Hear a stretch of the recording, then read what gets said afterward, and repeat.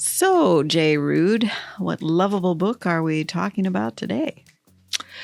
Well, I'm not going to give you any hints because we're going to talk about Christmas books. Oh, Favorite Christmas books. that sounds dreamy.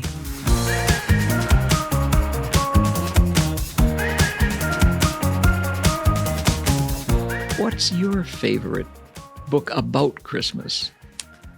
Oh, wow. I don't know if I have a favorite book about Christmas. I have to think about that. What's your favorite book about Christmas? Well, it's Dickens.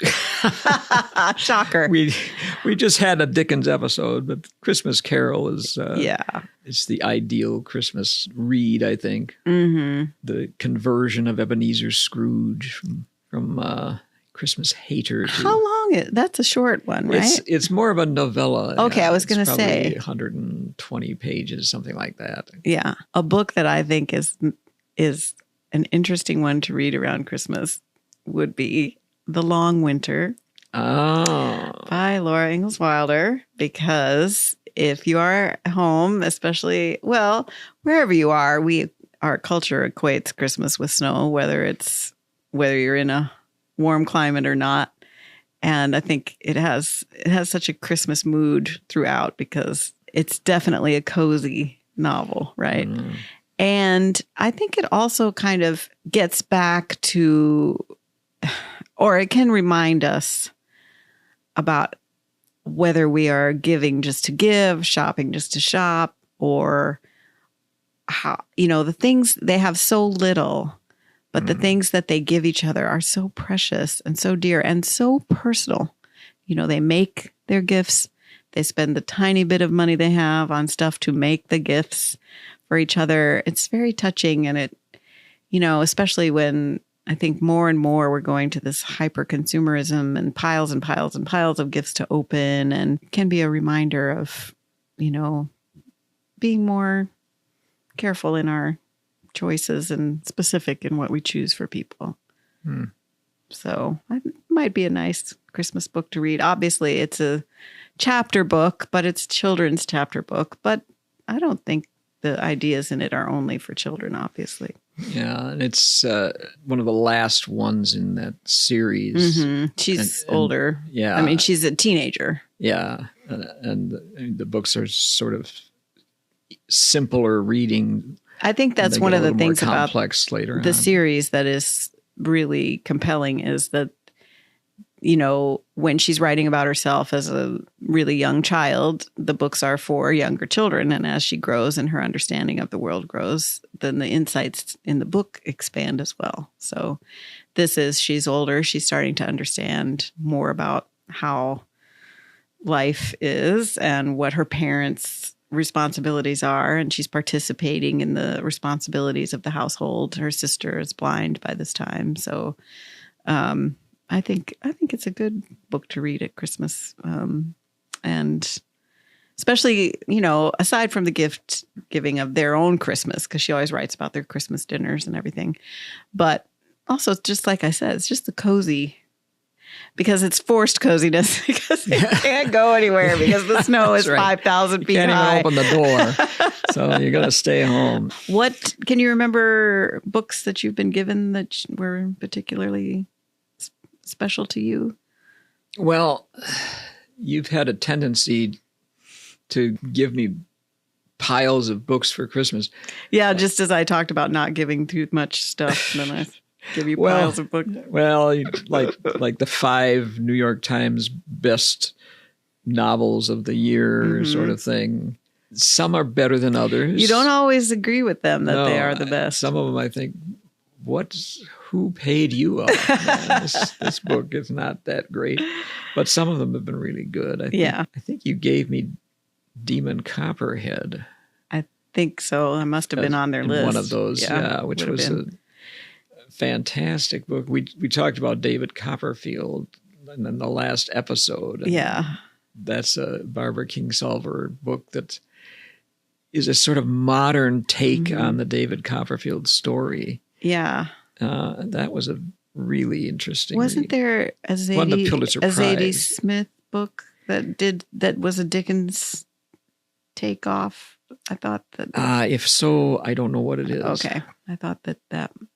Well, one year, I wait for that list every year because they have the 10 best books of the year, and I think that article just came out as we're recording, and they have 5 novels and 5 fiction and 5 nonfiction. And I always look through, and actually, I was listening to their books podcast the morning that I ran the Memphis Half Marathon a couple of years ago. And they were talking about one of the books on it was the biography of Sylvia Plath by Heather Clark called Red Comet. Hmm. And I had no idea that this book had come out. I was so glad I happened to listen to that. So that was one of the best to me from me presents I've ever gotten because I gave myself that book for Christmas and it just really lit up my mind. It is one of the best literary biography. No, it's the best literary biography I've ever read because she writes not only about Plath's life, like she went here, she did this, she went here, she did that, but she incorporates so much of her writing as a critic, right? So she's able to share why Plath was writing about this, what we can understand about her life from what she wrote, how her life influenced her writing. She also does this for Hughes, in terms of Ted Hughes, her Plath's husband, and the intersection of their lives, right? And Plath wrote so much, right? So many letters, diaries, so many poems and fiction and all these things. So there's so much for her, so much material for her to work with. And she's so... it's a long biography, 1,000 pages maybe, but I was really sad. Obviously it ends sadly, but I was just sad when it was over because it was so well written. Mm-hmm. And I hope I think I heard somewhere that she might do something on Hughes or maybe do kind of a book about their marriage. And that would be another to me from me gift I would give. But I remember it as a Christmas book because I found out about it around Christmas and bought it for myself and read it over the break. And I just loved it. There's a really old Christmas book that I particularly like called Sir Gawain and the Green Knight, which is actually a 14th century alliterative poem, but it takes place at Christmas in King Arthur's court. Yeah. There's a huge celebration, and during the celebration, this Green Knight rides into the dining hall and on his green horse. I think I read about that in a book called Fatal Feast. By Jay Root. I talk about that. And it's, he challenges anyone from the court to a head chopping contest and gives them, Sir Gawain volunteers to take up the challenge. Mm-hmm. And he takes the axe. And the thing is that you get to cut the Green Knight's head off, but then a year later you have to go find him and let him cut your head off. So bummer. It seems like a silly thing because you're pretty sure that he's not going to be alive after you cut his head off. So you don't have to worry about what's going to happen a year later. But unfortunately, when Gawain cuts his head off, he's still alive. The body lifts the head up and he talks to him from the head.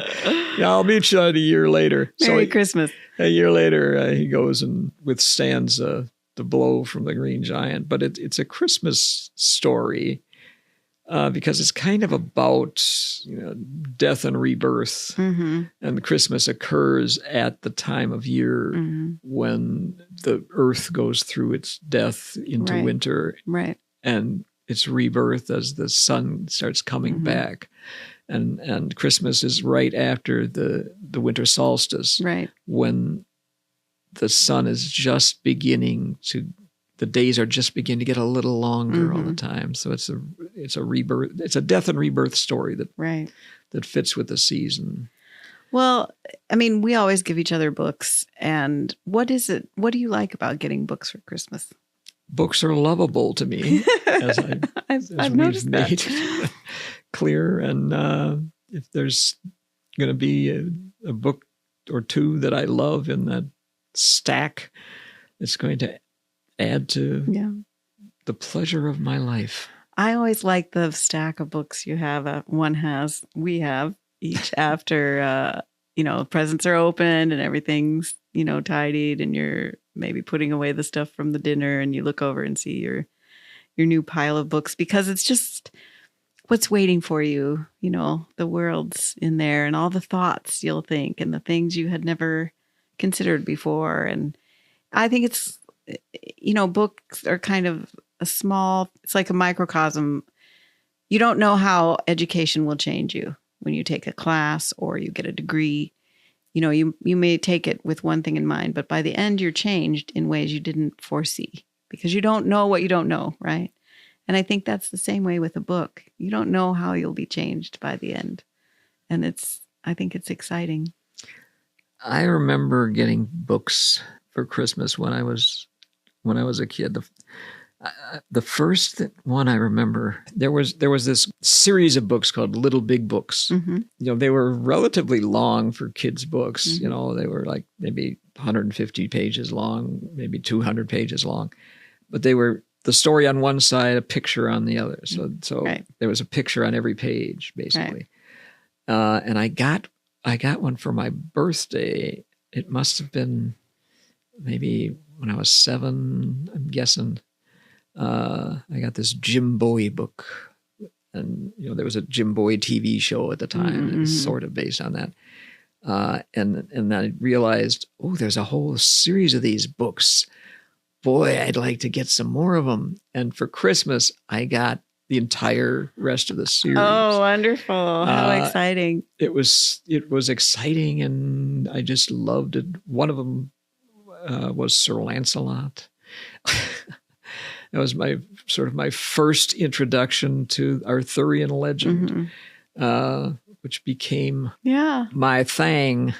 Well, and it's interesting too. I think because we're both introverts too, and when you get whatever age you are and you get a book for Christmas, you can go off by yourself and read your book and live your kind of inner life of the mind, with that book. And I think I've heard somewhere that there's maybe this is one of those myths we misunderstand about other cultures, but there's a Scandinavian country where they always give books to each other on Christmas Eve, and then everybody just stays up all night reading their new books.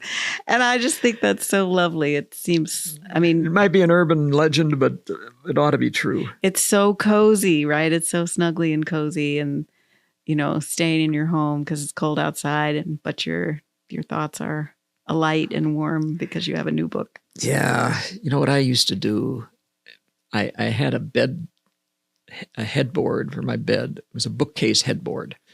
So it had a bookshelf in it, but there was enough room underneath it that when I was little, I could go under the headboard and just be in that little space by myself. And I'd bring in a little lamp and I'd sit in that little space reading, and nobody could find me. Nobody could see where I was. I could just be there reading my book all by myself. So what is a book that you've read recently that you would recommend giving to people? Just something, not our book.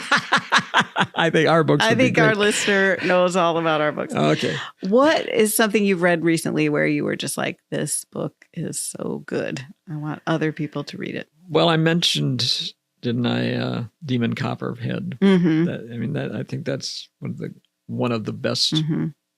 most lovable books in the English language. Perhaps we'll have an episode on that sometime. There's a book by Anthony Doerr that has come out in the last few years called Cloud Cuckoo Land. Mm-hmm. This amazing kind of epic story in 3 different timelines, and but all related to each other. It's a really extra special book. Awesome. Almost anything by Louise Erdrich, but The Night Watchman won the Pulitzer Prize a few years ago. Yeah, that's a great book. What books would you recommend that you might have read recently? Well, I really like I I think it's called You Are Here. It's the Ada Limon edited poems. Anthology of poems about nature by contemporary poets. Eco poetry. Yeah. I would, each one is its own little kind of gem. And because it's different poets, you have different perspectives and styles. And,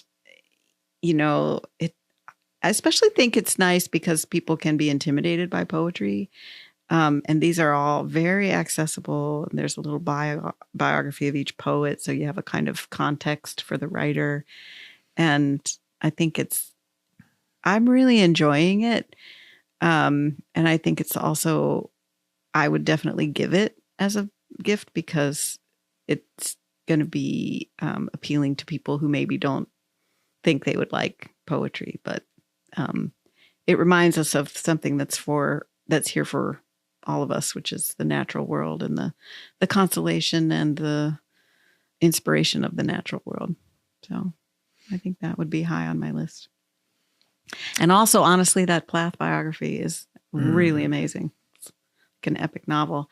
Another book I've read in the past several years that I would give is The Warmth of Other Suns by Isabel Wilkerson, which is nonfiction about the Great Migration of African Americans out of the South into California, Chicago area, I think different parts of the North. And it's nonfiction, but she follows these individuals so closely. It reads like an epic novel with all these different characters, and you know them so well. They're so just carefully written that they seem like fictional characters, but they are real. And it really taught me a lot about American history that I did not know. So it was great. I would give that as well. Maybe we should ask our producer, director, and Ubermensch what he might recommend. I recommend The Invisible Life of Addie LaRue by V.A. Schwab, I think. And it is a beautiful book about a French girl who makes a deal with the devil. And she becomes immortal, but she also loses the ability to have any lasting connection with anybody in the entire world. And so it is chilling. A reminder of how important connections are, which, for Christmas, that would be good. But, yeah. That's my suggestion. Awesome. All right. Well, we hope you've enjoyed our novel Christmas talk. Novel Christmas talk. So I hope you've gotten some suggestions from our discussion of Christmas books, and go to your local bookstore or library and find some reads, and let us know in our Facebook group what are your favorite Christmas books to give, books to read, books to cozy up with. And we want to wish everyone happy holidays, and we'll see you next time. Between the covers.